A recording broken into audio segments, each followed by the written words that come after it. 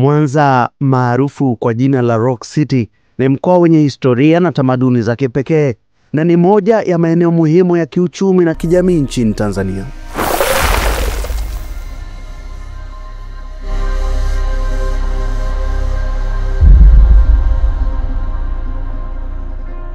Pamoja na historia yake, Mwanza ni nyumbani kwa moja vilabu vikongwe vya soka nchini, Pamba Sports Club.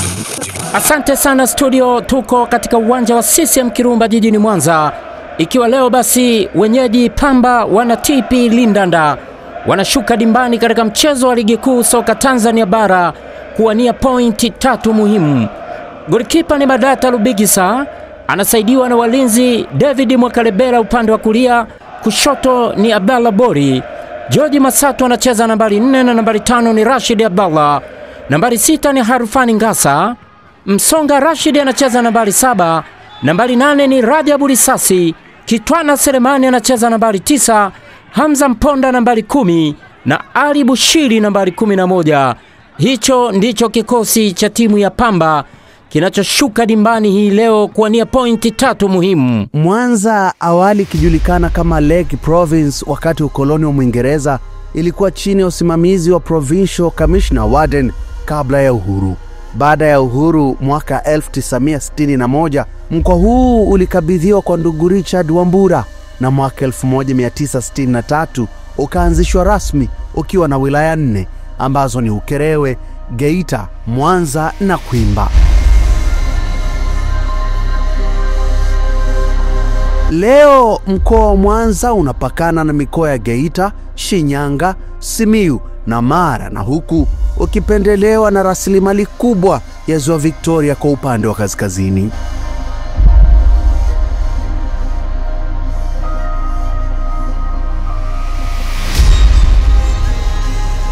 Pamba Sports Club ilianzishwa mwaka 1964 na marehemu Mzee Shabani Mwakayuga, alikuwa meneja wa bodi ya Pamba.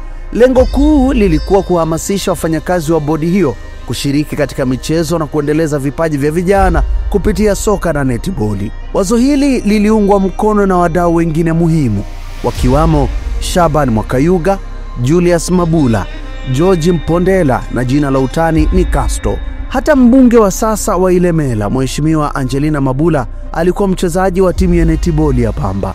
Nimejiunga Pamba, alikuja mtu mmoja anaitwa Ibrahim Mwanja. Huyu Ibrahim Mwanja alikuwa anafahamika kama mjomba wangu. Sasa huyu alikuja kunichukua mimi, ilikuwa miaka ya kama ya 70. Alikuja kunichukua kule Kigoma. Mimi nikaondoka, nikaenda nikapandia treni Liche, sehemu moja inaitwa Liche, ndio station ya kwanza. Tukaondoka na treni, tukafika Dar es Salaam. Ikawa Pamba inacheza na klabu bingwa Cosmopolitan. Lakini tulipokuwa tumefikia sehemu moja inaitwa Zanzibar Guest House kule Dar es Salaam, to timu zote zilikuwa mara nyingi zinafikia pale, za taifa za nini, mikoa yote ilikuwa inafikia hapo Zanzibar Guest House, Kisutu pale. Basi sasa mimi nilikuja nikaulizwa na mzee mmoja alikuwa anaitwa Abdallah Warakai, nakumbuka. Yeye alikuwa ni mtu asili yake mtu wa Sudan, kwa hiyo alikuwa hajui kuzungumza Kiswahili vizuri. Akauliza kwamba wewe uko Kigoma ulikuwa unafanya mazoezi? Nikamwambia ndio, nilikuwa nafanya mazoezi. Wanapanga listi sasa. Watu wengine wanasema Kigoma utapata mchezaji bana, Kigoma huwezi kupata mchezaji na nini na nini na nini. Wasoka bishana. Basi mimi nikawa kwamba watakuja kunifanyia testi wapi? Mwanza tutakaporudi. Paka half time Pamba ilikuwa imeshafungwa goli 3-0. Tunachezea Ilala pale stadium. Sasa mimi nikateremka, nikamfuata kiongozi alikuwa anaitwa Thompson Kayuni, alikuwa ndo meneja. Nikamwambia Thompson Kayuni, wewe team manager. Sasa mimi simenichukua kama spare. Akasema ndio, nilitumia neno hilo, siwezi kulisahau. Sasa hii spare mnataka mkaijaribu kule Mwanza. Spare gani? Goli 3 mshafungwa paka half time. Spare hamwezi kuiingiza mkaiona, ni inasaidia nini? Hii spare itakuja kusaidia kitu gani kwenye goli 3 hivi? Hamuioni. Bana nipe nauli. Treni ilikuwa inaondoka wakati wa saa 12:30.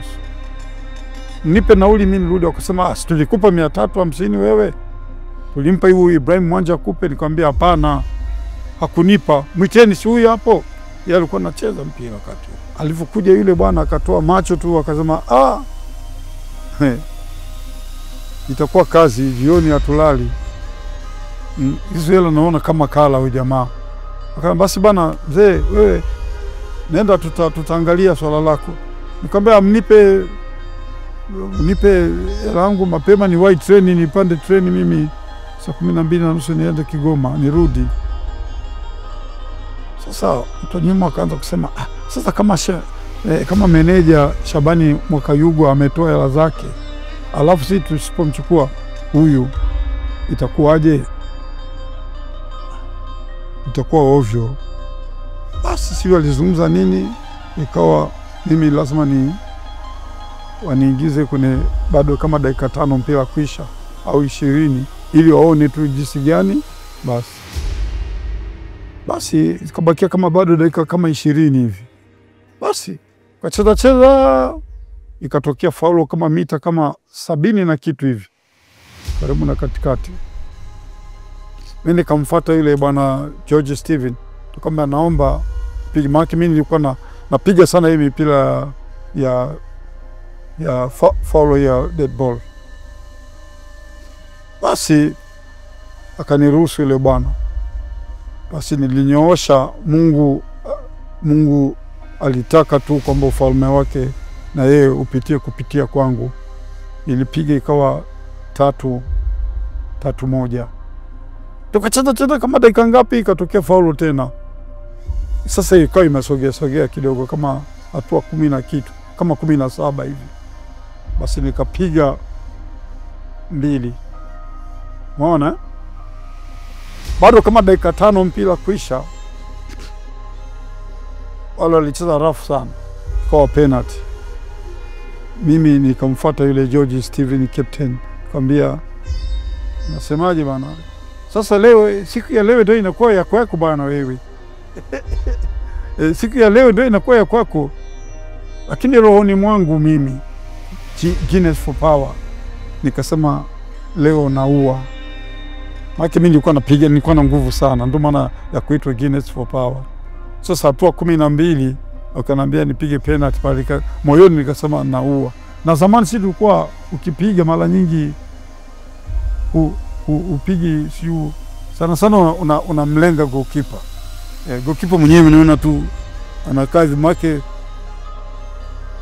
mpira unakuja kwa kasi ambayo hata yeye haioni.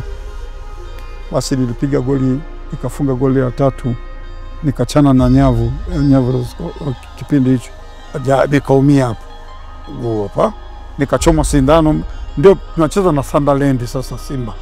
Nikachoma sindano hapa na hapa, nikaingia nikarudisha goli zote 2 kwa mipira ya adhabu. Basi tulivyorudi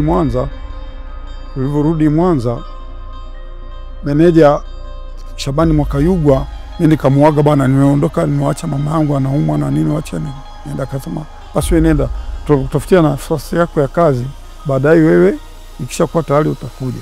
Lakini nilipofika kule Kigoma kama siku 2-3 meneja akapiga simu, na wakati ule simu inapigwa community center tu, mtafuteni Guinness for power Joram katika napata yupo, alikuwepo hapa. Ilikuwa napigwa muziki, ilikuwa siku ya Jumamosi napigwa muziki Leki Jazz wanapiga muziki pale. Basi na mimi nilikuwepo pale, nikazungumza na Shabani Mwakayugwa. Bwana mimi naitwa Shabani Mwakayugwa, uliondoka hapo kaniaga? Nikasema ndio mzee, nakujua, shikamoo, maraba. Ndio, unasemaje? Mimi sijakuona unavocheza. Sasa na watu wa Mwanza wengi hawajakuona. Kwa hiyo unasemaje? Nikamwambia mzee, unataka kuniona? Tuma gari ije. Wakati tulikuwa na magari 44 injection. Yule meneja Shabani Mwakayugwa akasema, "Natuma sasa hivi gari." Nikasema tuma. Basi akatuma ile gari. Lakini gari ilikuja ikafika kwenye saa 10 ya usiku pale. Ndio gari ikaja ikanichukua Tukaenda kule sokoni baharini, tukachukua dagaa zile Yorogwe. Tukaondoka saa 5:30 na hiyo gari. Basi tumefika saa 10:30 hapa. Uwanja huu hata hujajengwa huu CCM. Pako tu. Ni uwanja kama wa shule tu. Lakini watu walijaa sana kwa malango ya kwanza. Nilifika pale. Basi nikakuta Sembuli kafunga goli moja. Pamba imefunga goli moja. Basi nikaingia mimi mita kama karibu na katikati, tuseme kama katikati hatua moja tu hivi.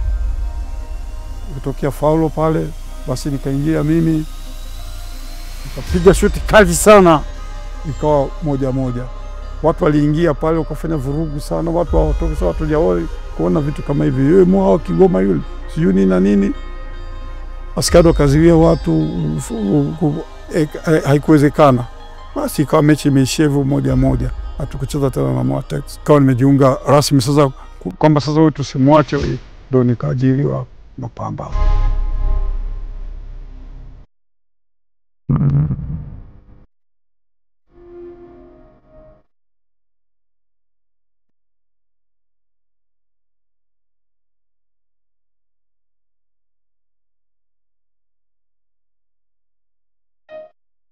Klabu hii ilianza kushiriki ligi za ushindani kwa mara ya kwanza miaka ya 80 na goli la kihistoria lililowapandisha daraja lilifungwa na nyota wake hodari Khalid Bitebo, maarufu kwa jina la Zembwela. Mimi naitwa Khalid Bitebo. Ili jina la Zembwela linakuwa ni nickname.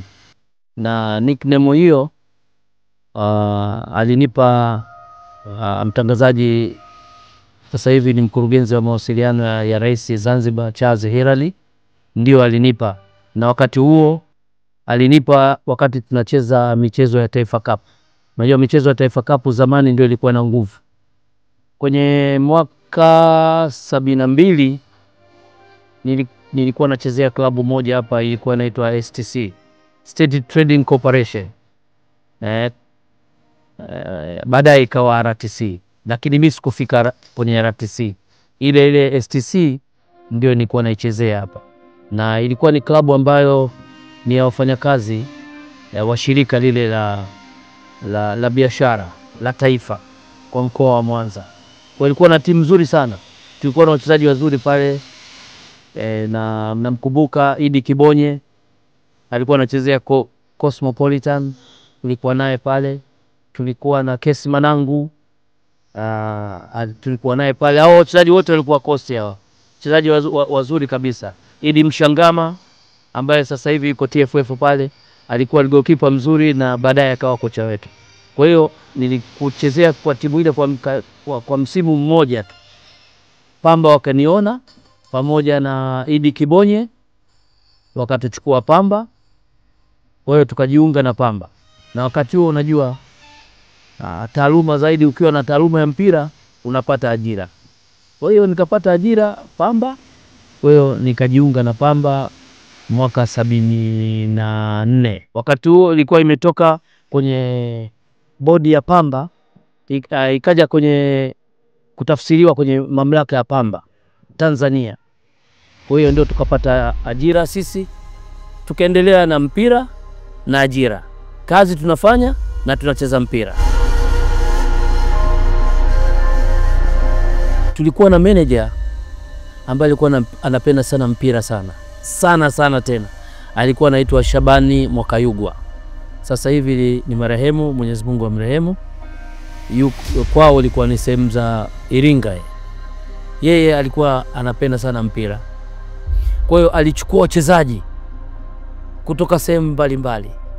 Nikianza kukutafsiria hapa, kukutamkia wachezaji ambao tulikuwa nao, ambao mimi niliwakuta, ni pamoja na mchezaji mmoja anaitwa Mwinda Ramadhani. Huyu alikuwa center forward. Sidhani kama kuna center forward kama Mwinda Ramadhani. Kwa mimi sidhani. Mwinda Ramadhani, alafu baadaye alipotoka Pamba alituacha akaenda Yanga. Lakini katika center forward yule si Mwinda Ramadhani alikuwa center forward. Ukiacha kina Mohamed Salim, kina Peter Tino katika nafasi hizo. Lakini tulikuwa na wachezaji wengi sana. Tulikuwa Hamisi Sabu, Adam Sabu, wote walitoka Morogoro kuja kujiunga na na wote aliwaleta huyo manager alikuwa akiitwa Shabani Mwakayugwa. Kwa hiyo tulitengeneza timu ambayo ilikuwa bora zaidi na ilikuwa na kiwango kizuri sana. Lakini kuna timu moja hapa ilikuwa inaitwa Cope United, ilikuwa inatuzuia kupata ubingwa. Na wakati huo, enzi hizo, michezo mikubwa ilikuwa ni ligi ya mkoa na bingwa wa mkoa. Unapokuwa bingwa wa mkoa ndipo unapoweza kwenda kucheza mashindano yanayofuata mbele. Kwa hiyo tulikuwa tunashinda hadi mwaka 1975 kama sikukosea, 75-76 ndio tukawa mabingwa mkoani Mwanza. Ndipo timu ikaanza kufanya nini? Kuchomoka sasa. Tukaanza kucheza kwa mtiririko wa ligi za wakati huo. Kwa jina langu huwezi kutofautisha jina langu na Pamba. Vinaenda sambamba hiyo. Kwa sababu nimechezea kwa muda mrefu. Nimeingia mwaka 74, nimeacha 88. Unaweza kuona hapa gap ya miaka mingapi. Kwa hiyo na historia nzuri ya Pamba. Mashindano wakati ule, baada mnapokuwa bingwa, basi mnachaguliwa mabingwa, mnacheza kwa zone. Sasa zone yetu wakati ule ilipelekwa kituo kikawa Bukoba. Tukaenda kushitana Bukoba kule na mabingwa wa mikoa inayozunguka kanda ya Ziwa. Kwa bahati nzuri tukatoka kuwa washindi kule Bukoba. Kwa hiyo na kanda zingine kulikuwa na washindi. Ilikuwa natoa timu moja moja. Kwa hiyo zikawa timu hizi 3. Ikabidi tuende kucheza finali, ilikuwa iko Morogoro. Ilipangwa kuwa Morogoro. Kwa hiyo tulikwenda Morogoro. Baada ya kutoka Bukoba tulikwenda Morogoro, tukaenda kushindana na timu nyingine. Timu ambazo tulienda kushindana nazo wakati ule ilikuwa ni Kiltex ya Arusha, Majimaji ya Songea pamoja na Pamba ya Mwanza. Lakini timu zilikuwa 3, zinatakiwa 2. Kwa hiyo ukishinda mchezo wa kwanza tu mmoja tu, unaelekea kwamba wewe sasa una nafasi. Kwa hiyo sisi tulishinda katika mechi za pale, tulishinda mchezo miwili, tukadraw mchezo mmoja. Tukawa wa kwanza na Majimaji akawa wa pili. Kwa hiyo sisi tukapanda kwenda sasa kwenye ligi ya taifa, ambayo wakati huo sisi mwaka huo 83 ligi ya taifa ya Fati ilikuwa na timu 8. Ilikuwa na timu 8. Kwa hiyo sisi ndio tukaingia sasa, ambayo timu 8 hizo kama sikusahau kulikuwa na Young Africans, Pan Africa, Simba, Majimaji, Pamba, Coast Union, zilikuwa ndio timu 8 kwenye ligi ya taifa ya Fati wakati huo. Wakati tunapanda, goli ambalo lilitupitisha kuja kwenye ligi kuu, goli ambalo nililifunga mimi na pasi kutoka kwa mchezaji mwenzangu anaitwa Venus Kazungu. Na yeye yupo anaendelea kuwa ni fans wa klabu yetu hii. Lakini swala la pili ambalo umeniuliza, tulikuwa na program kwenye klabu yetu ya mashindano, na tulikuwa na watu mahiri sana kwenye bodi ya Pamba. Wengi walikuwa ni wachezaji wa siku za nyuma, lakini waliendeleza kuwatafuta wachezaji na kuwatengeneza wachezaji kwa muda muafaka. Na kwa sababu shirika lilikuwepo, tulikuwa tunapata vifaa vya kuchezea, vifaa vya kufanyia mazoezi, vilikuwa sio shida. Shida yetu kubwa sana ilikuwa na kiwanja. Lakini bodi ya Pamba iliweza kwenda kuongea na mkuu wa magereza kule sehemu za Butimba, wakakubaliana kutuachia kile kiwanja kwa ajili ya mazoezi yetu sisi na kwa ajili ya kutengeneza vijana ambao watakuja baadaye. Kwa hiyo tuliweza kutengeneza programu hiyo. Imetusaidia sana kwa sababu tulikuwa na free ya kiwanja muda wote, na sisi muda wote tulikuwa na ruhusa ya kufanya mazoezi, muda wa kupumzika na kwenda kufanya mazoezi. Lakini tulikuwa na watoto, tulikuwa tunawapa mazoezi. Kulikuwa na mwalimu wetu anaitwa Pius Nyamko. Alikuwa anafanya session 2. Anatufundisha sisi wakubwa, alafu anafundisha vijana wadogo namna gani ya kucheza soka. Kwa hiyo tulipata bahati sana ya kuwa na timu ambayo ni ya pili, ambayo tulikuwa tunaiga. Lazima uige kitu ambacho ni kizuri kutoka kwenye timu hizi kubwa, Yanga na Simba, ambazo wao walikuwa na timu zao B, A na B, A na B, na sisi tukafata, lakini bila kujitanua sana. Tukawa na timu yetu ya B ya Pamba, ambayo muda mrefu sana ilikuwa inafanya mazoezi kwenye kiwanja kile cha Magereza cha Butimba pamoja na sisi wakubwa. Awali klabu hii ilijulikana kama Pamba Sports Club.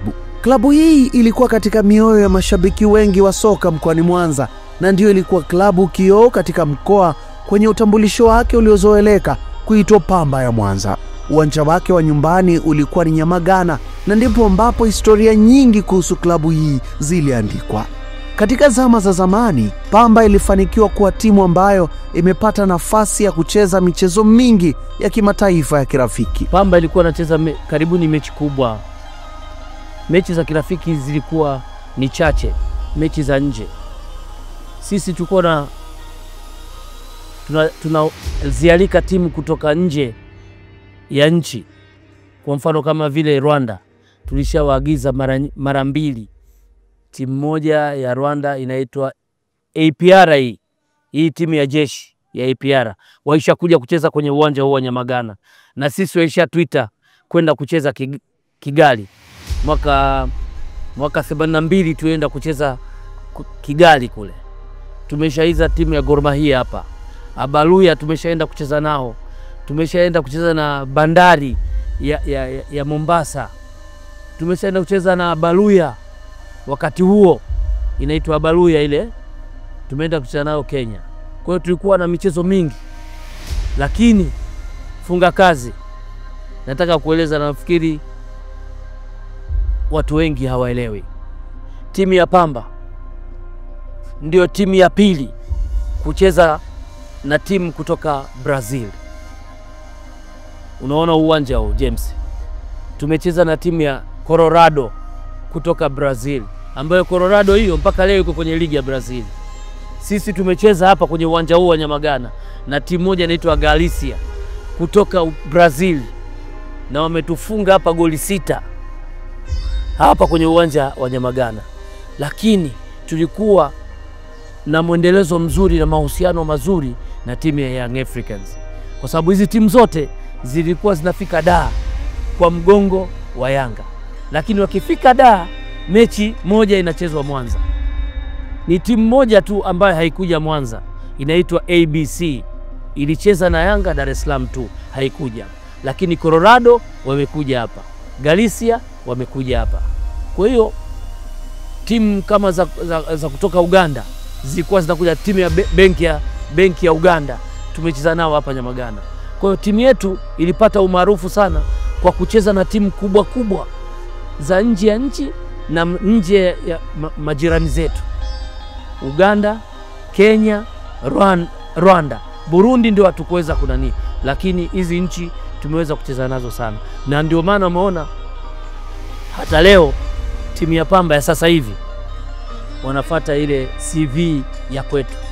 Yaani CV ya kwetu ile ndio inawapa nguvu Pamba ya sasa hivi, kwa sababu huko zamani tazama hizi timu ambazo nimekuambia tumecheza nazo, hizo ni timu kubwa kweli kweli, ni timu kubwa na zenye historia, lakini tulikuwa tunacheza nazo hapo. Kwa hiyo timu ya Pamba kwa kusema ukweli, kwa siku za nyuma ilifanya kazi kubwa sana, na ndio maana jina lake liko bado juu.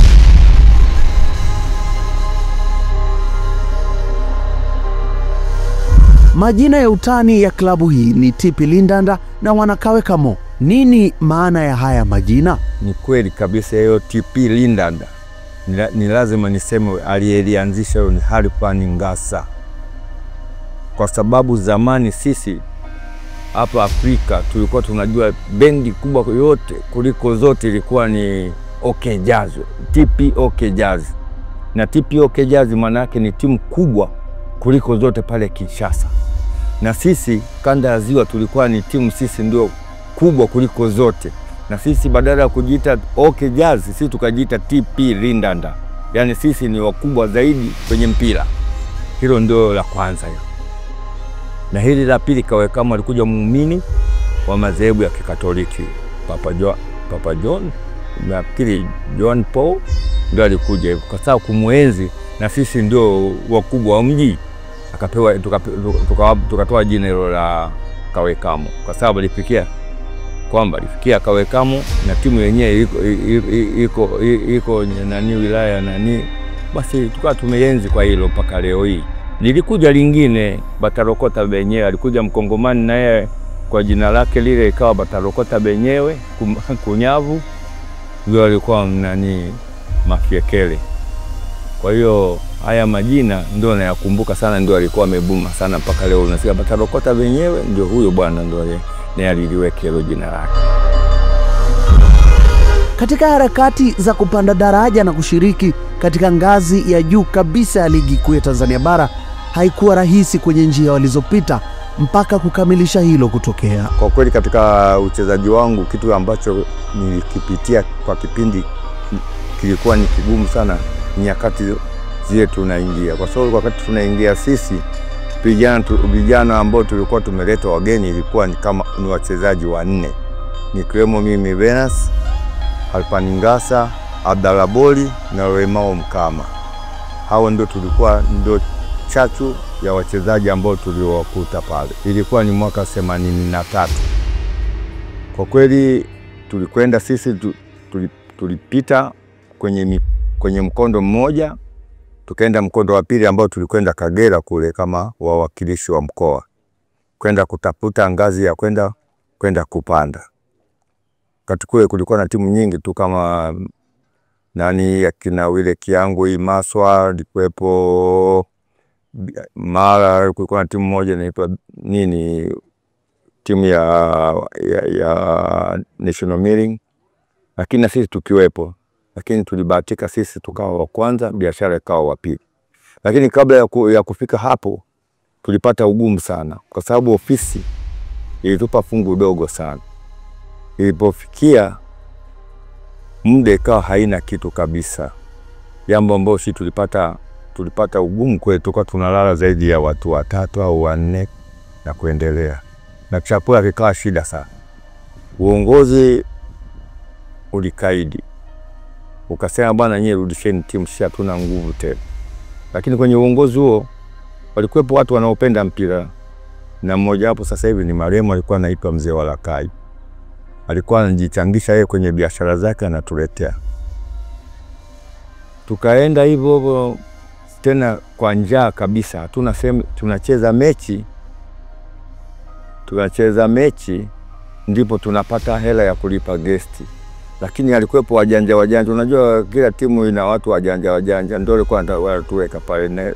Ni mseme tu na watu wajue, huyo ni goalkeeper wetu Madata Bigisa. Yeye alikuwa ana mwandiko mzuri sana ambao alikuwa anatusaidia sisi. Naenda kwenye hoteli, kulikuwa na bikaratasi vinaandikwa, basi wewe bwana tuchukulia bikaratasi, ananunua mmoja, basi vile bikaratasi anaandika yetu, tunakula paka tukawa tumepikia tumevuka. Lakini pia tuliletewa basi, na hilo basi nao likapa, lakini matatizo yakaendelea pale pale. Lakini mwisho wa siku tukawa tumefanya nini? Tumepata hatua ya kwenda kwenye mashindano mengine, tukarudi Mwanza hapa. Ndio tulicheza na timu ya Tabora, ilikuwa inaitwa Lelwe. Tulikuwa ni timu moja tulicheza hiyo mechi, apatikane mshindi mmoja akawakilisha sasa kanda. Na ndio tukawa tumepata sisi. Huo ndio ulikuwa wakati mgumu sana sijawahi kuona. Lakini hata kocha alikimbia, akabakia mtu mmoja anaitwa Halidi Bitebo, ambaye naye ni mchezaji, akawa ndio kocha wetu. Tumekubali tufundishwe na mchezaji, lakini lengo letu sisi ni kushinda. Na ndio hii Pamba kuja kuonekana ni timu yenye nguvu, yenye umoja.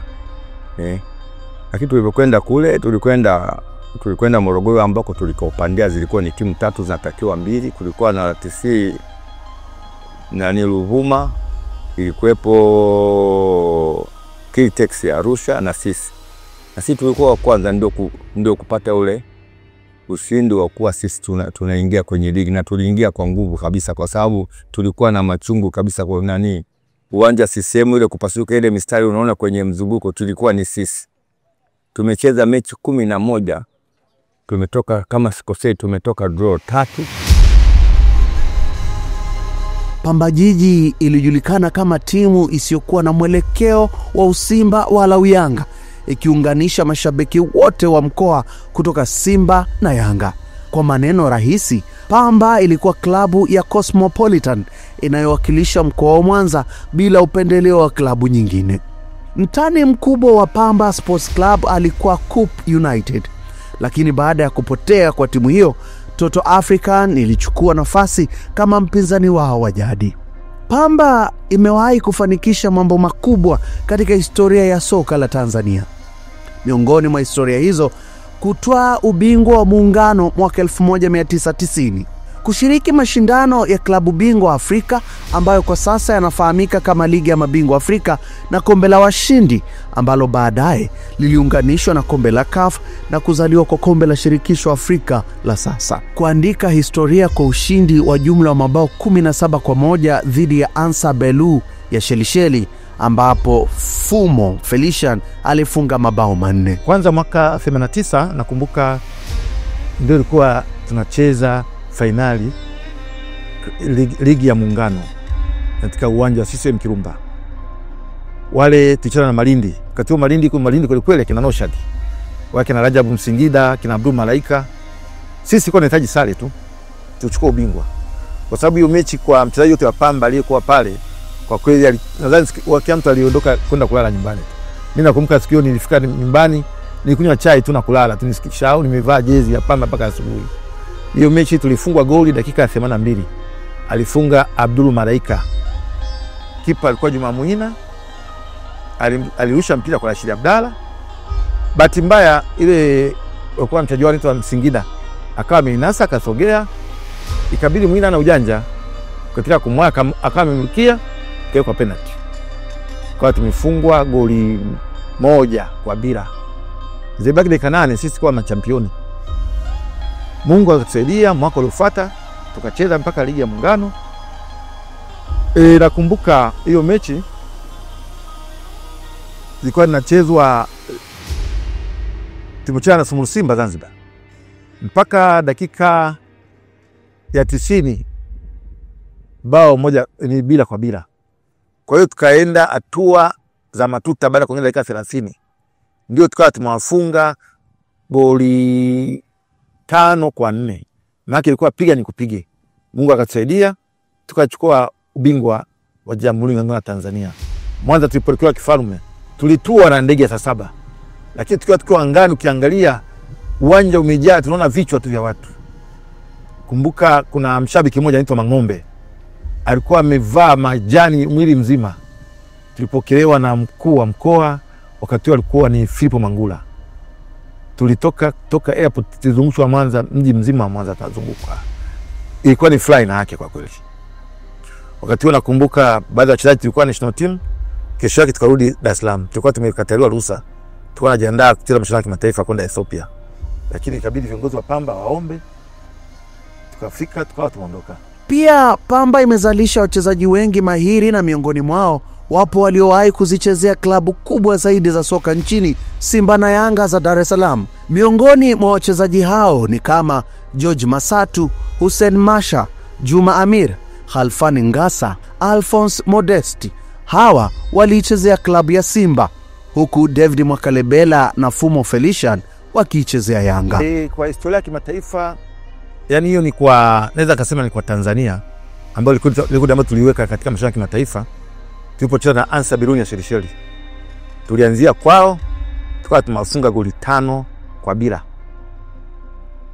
Mimi mwenyewe katika goli 5 nilifunga goli 2 kule Shelisheli. Tukacheza katika mechi ya marudiano uwanja St. Kirumba, tuliwapiga goli 12-1. Nilifunga goli 4. Kwa hiyo nilipiga hat-trick ya goli 4 katika mechi moja.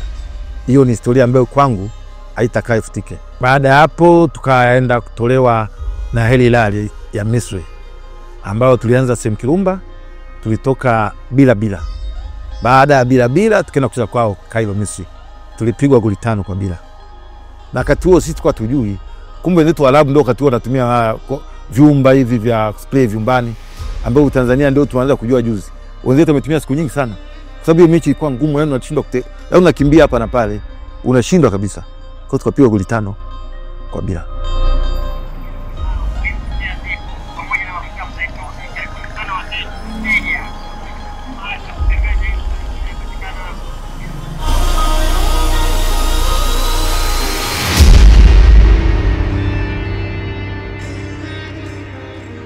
Baada ya miaka 23 kupita, Pamba ilipanda tena ligi kuu Tanzania bara msimu wa 2023-24 na ushiriki wao wa kwanza ukawa 2024-25, na wakati huu ipo chini ya halmashauri ya jiji la Mwanza na inatambulika kama Pamba Jiji. Kwa kipindi chote hicho cha kukosekana katika ligi kuu, Pamba haikufa. Ilikuwa na maisha yake, uongozi wake na mashabiki wake. Challenge kubwa ambayo ilikabili timu ya Pamba kabla ya kuchukuliwa na jiji ama kabla ya kupanda ligi kuu, challenge kubwa sana ilikuwa ni uchumi. Kama unavyojua, huwezi kuongoza timu katika ngazi yoyote bila kuwa na uchumi imara. Lakini pia tunapozungumzia championship, tunazungumzia ligi ambayo ina ushindani mkubwa na ni ligi ambayo unapaswa kuwa na uchumi mkubwa ili uweze kupanda. Kwa hiyo changamoto kubwa sana ilikuwa ni uchumi. Ni kwa namna gani timu ina uwezo wa kusajiliwa, ni kwa namna gani timu ina uwezo wa kukaa camp, na ni kwa namna gani timu ina uwezo wa kusafiri na kupata matokeo kote inakokwenda pamoja na nyumbani. Kwa hiyo kwa kiasi kikubwa sana changamoto ilikuwa uchumi. Japo pia kulikuwa kuna changamoto ya kiuongozi. Kwa kiasi kikubwa sana Pamba imepitia vipindi vigumu vya kiuongozi kiasi ambacho wakati ule inamilikiwa na wanachama, kulikuwa hakuna uchaguzi. Ilikuwa ni watu nani ana uwezo wa kuiendesha Pamba kwa wakati huo, anapewa kuwa kiongozi kwa wakati huo. Kwa hiyo na yeye ataongoza. Uwezo wake wa kiuchumi ukiyumba, anaangaliwa nani ambaye amekaa vizuri kwa wakati huo, ana take over. Kwa hiyo ilikuwa ni kwa staili ya aina hiyo mpaka mwisho. Evariste Agila alichukua kutoka kwa Alimu Alibai ambaye naye alikuwa mwenyekiti. Kwa hiyo Agila alitake over kutoka kwa Alibai, Alibai naye alitake over kutoka kwa mtu mwingine. Kwa hiyo mwisho wa siku mpaka jiji wanakuja kuichukua mikononi mwa Agila. Changamoto kubwa sana ilikuwa ni ya kiuchumi. Pamba kabla haijachukuliwa na jiji ilikuwa ni timu ya wanachama. Na kama unavyojua timu za wanachama na unajua wanachama wenyewe the way wanavyo behave na timu zao, wanazi own timu zao, yani wanaona zile timu ni sehemu ya maisha yao. Kwa hiyo hakikuwa kitu rahisi sana kusema kwamba sasa timu inatoka kwa wanachama inakwenda kumilikiwa na jiji. Mivutano ilikuwepo, lakini kwa namna moja unaangalia pia kwamba sawa, timu ni ya wanachama, lakini wanachama wanashiriki kwa kiasi gani kuisaidia timu kuwepo pale ilipo. Unaona pia mchango wa wanachama ulikuwa kidogo sana. Watu waliokuwa wana uwezo wa kuichangia Pamba kwa misimu yote kwa muda wote walikuwa hawazidi 30, na walikuwa ni wale waliokuwa wanachanga.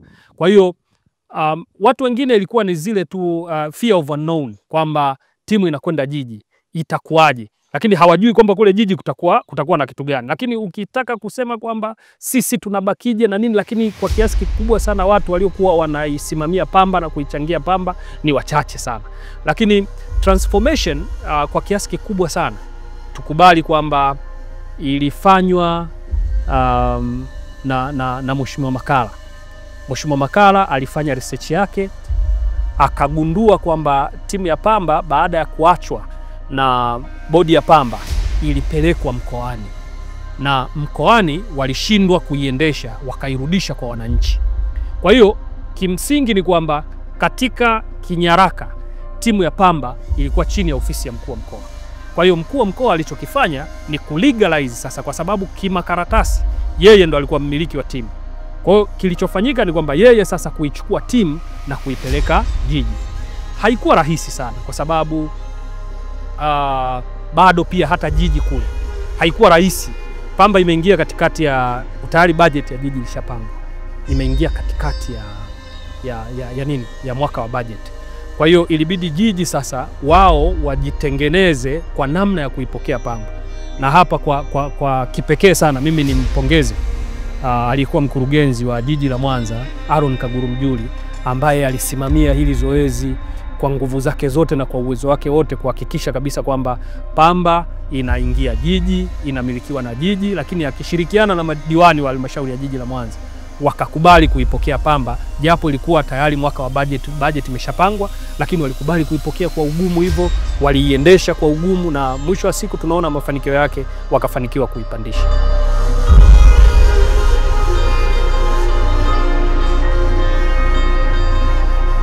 Mkuu wa mkoa wa sasa wa Mwanza, ambaye pia ndiye mlezi wa miamba hii, Saidi Mtanda, amekuwa bega kwa bega na klabu hii, na hapa anaelezea mazingira ya uendeshwaji wa klabu hii kongwe nchini. Kutengeneza katiba ambayo itakuwa inaleta stability ya timu.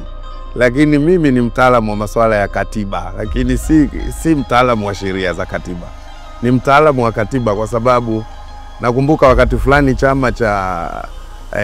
chama cha Morgan Shangirai Zimbabwe kiliwahi kunialika kwenda kufanya presentation na kufanya review ya katiba ya chama cha siasa. Sasa pia nilikaa na wenzangu tukaipitia ile katiba.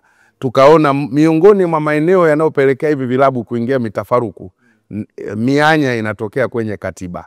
Kwa hiyo sisi tumeweka kwenye katiba kwamba tutakuwa na management ambayo 100% itatoka kwa watumishi wa jiji na wengine watakaoajiriwa. Lakini pia tukasema kuwe na bodi. Hii bodi sasa, wale stakeholders ambao walikuwa ni key actors wakati huo ni lazima wawe considered kuingia katika bodi. Lakini pia tunafahamu pia kipo chama cha soka cha mkoa wetu chini ya mwenyekiti wetu Rufano. Kwa hiyo tukaamua na wenyewe wawe wadau, wawe sehemu ya bodi, ili wasije kutulaumu kwamba hamna uzoefu wa uendeshaji wa timu, na wenyewe wawepo, lakini pia watusaidie kujua taratibu za uendeshaji wa soka la nchi likoje. Lakini tatu, kuna wafanyabiashara. Hii timu haiwezi kwenda bila wadhamini. Kwa hiyo tukaweka wajumbe 8 wa bodi, na miongoni mwao tukasema pia tuwe na mwakilishi wa legends ambao walikuwa wamecheza Pamba.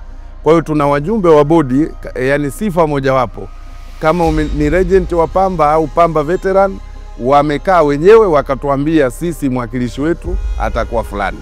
Kwenye chama cha soka tukasema wao wakatupa jina kwamba mwakilishi wetu kwenye bodi ya Pamba atakuwa fulani. Kwa upande wa wafanyabiashara tukaangalia wale walikuwa wakitusupport zamani, wakina Mzee Gachuma, wakina Jamali Babu, mjumbe wa NEC. Kwa hiyo wakaingia pale. Halafu tukaangalia wale waliokuwa wakiendesha Pamba zamani ni wakina nani, tukaweka pale. Sasa baada ya kuunda bodi ambao ndio chombo kikuu, tumechukua mtendaji mkuu wa bodi. Kwa sasa tumesema tusiingie gharama ya kutafuta CEO kutoka nje. Tumechukua mmoja kati ya watumishi wa jiji ambaye ni ana uwezo, tunamtrain. Kwa hiyo amekuwa CEO sasa hivi, Bwana Peter. Kwa hiyo tunamtrain polepole, tunamuingiza induction ya knowledge ya uendeshaji, tumempeleka katika timu mbalimbali akajifunze na kuona, na sisi pia wazoefu wa mambo ya michezo tunampa backup. Tunaamini tutakuwa tumeshaandaa mpaka kufika mwakani season inayofuata ya pili, tutakuwa tumetrain vijana wazuri ndani ya jiji na wengine tumewachukua nje ya jiji. Hata kwenye benchi la ufundi tumewachukua pia vijana kutoka Mwanza. Katika eneo la habari tumechukua maafisa habari wanaotoka Mwanza, lakini pia katika benchi la ufundi mchuaji misuli na nini tumewachukua wale. Yupo mchua misuli hapa ambaye ametembea na Pamba kwa zaidi ya miaka 40. Kwa hiyo ana umri wa miaka 70 lakini yuko fit. Kwa hiyo yuko pale kwenye technical bench wanaendeleza jahazi. Kwa hiyo kwanza kufanya unification ya wadau ilikuwa ndio element namba 1. Lakini tumeunda katiba yetu, tumeweka kamati mbalimbali, kamati ya nidhamu, kamati ya nini, kamati ya hamasa. Kwa hiyo tumewaweka wenye viti na wajumbe. Kwa hiyo wadau wengine wengi pia wamewekwa katika hizo kamati. Na CEO tunamtaka zingatie ufanyikaji wa vikao, kwa sababu kuunda kamati, kuunda bodi kama hakuna vikao, maana yake ushiriki wao hautakuwepo.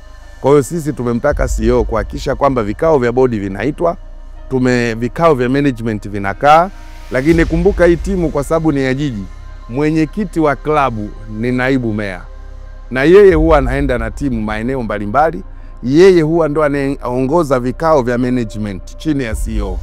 Tunapoenda kwenye bodi, yeye anakuwa kule ni mjumbe wa bodi kuwakilisha madiwani. Kwa hiyo tuli-review vizuri katiba, tukatengeneza ili kuondoa gaps ya migogoro. Na sisi tumeweka wanachama wa aina mbili. Wanachama ambao sisi hatuna ada ya mwanachama. Kwa nini tumeweka kuna ada ya mwanachama? Kwa sababu hii ndio inaoletaga, sisi tumesema tuna matawi ya wanachama.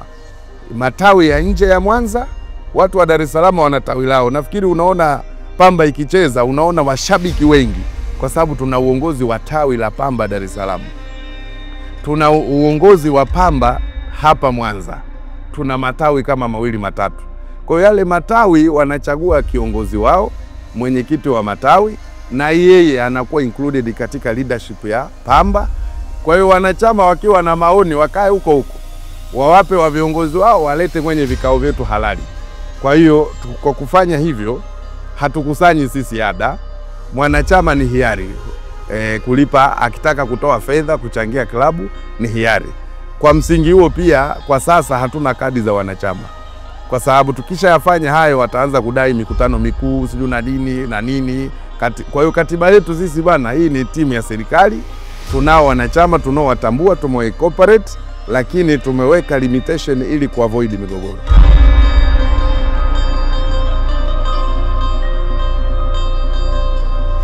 Mwanza ni mji wa pili kwa ukubwa, lakini wakazi wa Mwanza walikosa mapato mengi kupitia timu ya mpira. Nimshukuru Mheshimiwa Said Mtanda kwa kuja kutuonyesha jambo kwamba inawezekana. Kwa hakika mpaka sasa hivi na muda huu Pamba inapocheza huwa inaleta faida kwa wakazi wa Mwanza, kwani kipato kinaongezeka kulingana na jinsi ambavyo tunavyopokea wageni wengi. Na isitoshe sasa hivi sisi wakazi wa Mwanza na wafanyabiashara wa Mwanza tuko pamoja na timu yetu ya Pamba na tuko pamoja na serikali yetu ya mkoa inayoongozwa na Mheshimiwa Said Mtanda.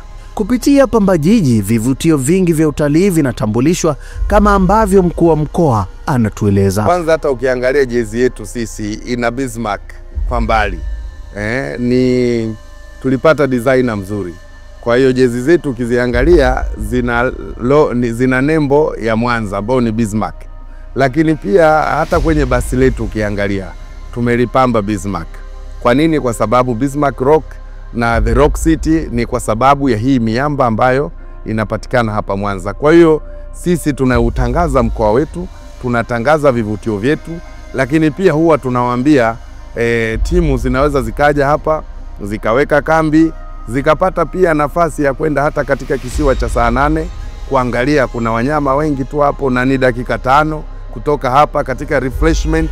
Na sisi pia timu ya Pamba tumekubaliana tuende tuwapeleke kisiwa cha Saanane vijana ambao wametoka mataifa tofauti, tunao wa Guinea, tunao wa Ghana, tunao wa Kameruni, waende watusaidie pia kumarket utalii wetu. Lakini pia timu zinazokuja Mwanza pamoja na kuja kwenye burudani ya mpira, lakini pia wapate fursa ya kutembelea kisiwa cha Saanane, wapate fursa ya kuangalia Bismarck Rock kwa sababu ni hapo kwenye ziwa.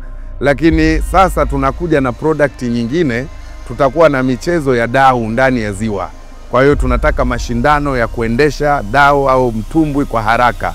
Kwa hiyo siku si nyingi mtaona product hiyo ikiwa katika ziwa Victoria. Kwa hiyo yote hayo yatanasibishwa pia na timu yetu ya Pamba Jiji. Ndani ya ziwa Victoria kuna visiwa vingi, lakini Saanane ni maalumu kwa utalii pekee, na Pamba Jiji ni sababu ya eneo hili kutangazika. Kwa upande wa michezo, hifadhi hii inafaidika sana sasa kwenye hili jiji la Mwanza, kwa kuwa tuna timu kama Pamba na timu nyingine ambazo ni kubwa kabisa kuchezea katika viwanja vya Mwanza, ambapo wageni wanaweza wakapata fursa pia ya kuja kutembelea katika hifadhi ya kisiwa cha Saanane. Wageni wakitembelea kwenye hifadhi ya kisiwa cha Saanane wanaweza wakapata huduma mbalimbali zaidi ya kuona wanyama, lakini michezo mbalimbali ya kwenye maji, na pia kufaidika na ziwa la Victoria, kwa maana kwamba wataweza kuona vivutio mbalimbali, lakini pia ni mapato kwa serikali na kwa upande wa jiji la Mwanza kwa ujumla, kwa sababu wanatusaidia pia na kwa upande wa huduma mbalimbali za upande wa chakula na malazi kwenye maeneo yetu. Kwa hiyo kwa kweli ni manufaa sana makubwa kwa upande wa michezo, kwa upande wetu wa utalii na malazi kwa ujumla na huduma za wageni.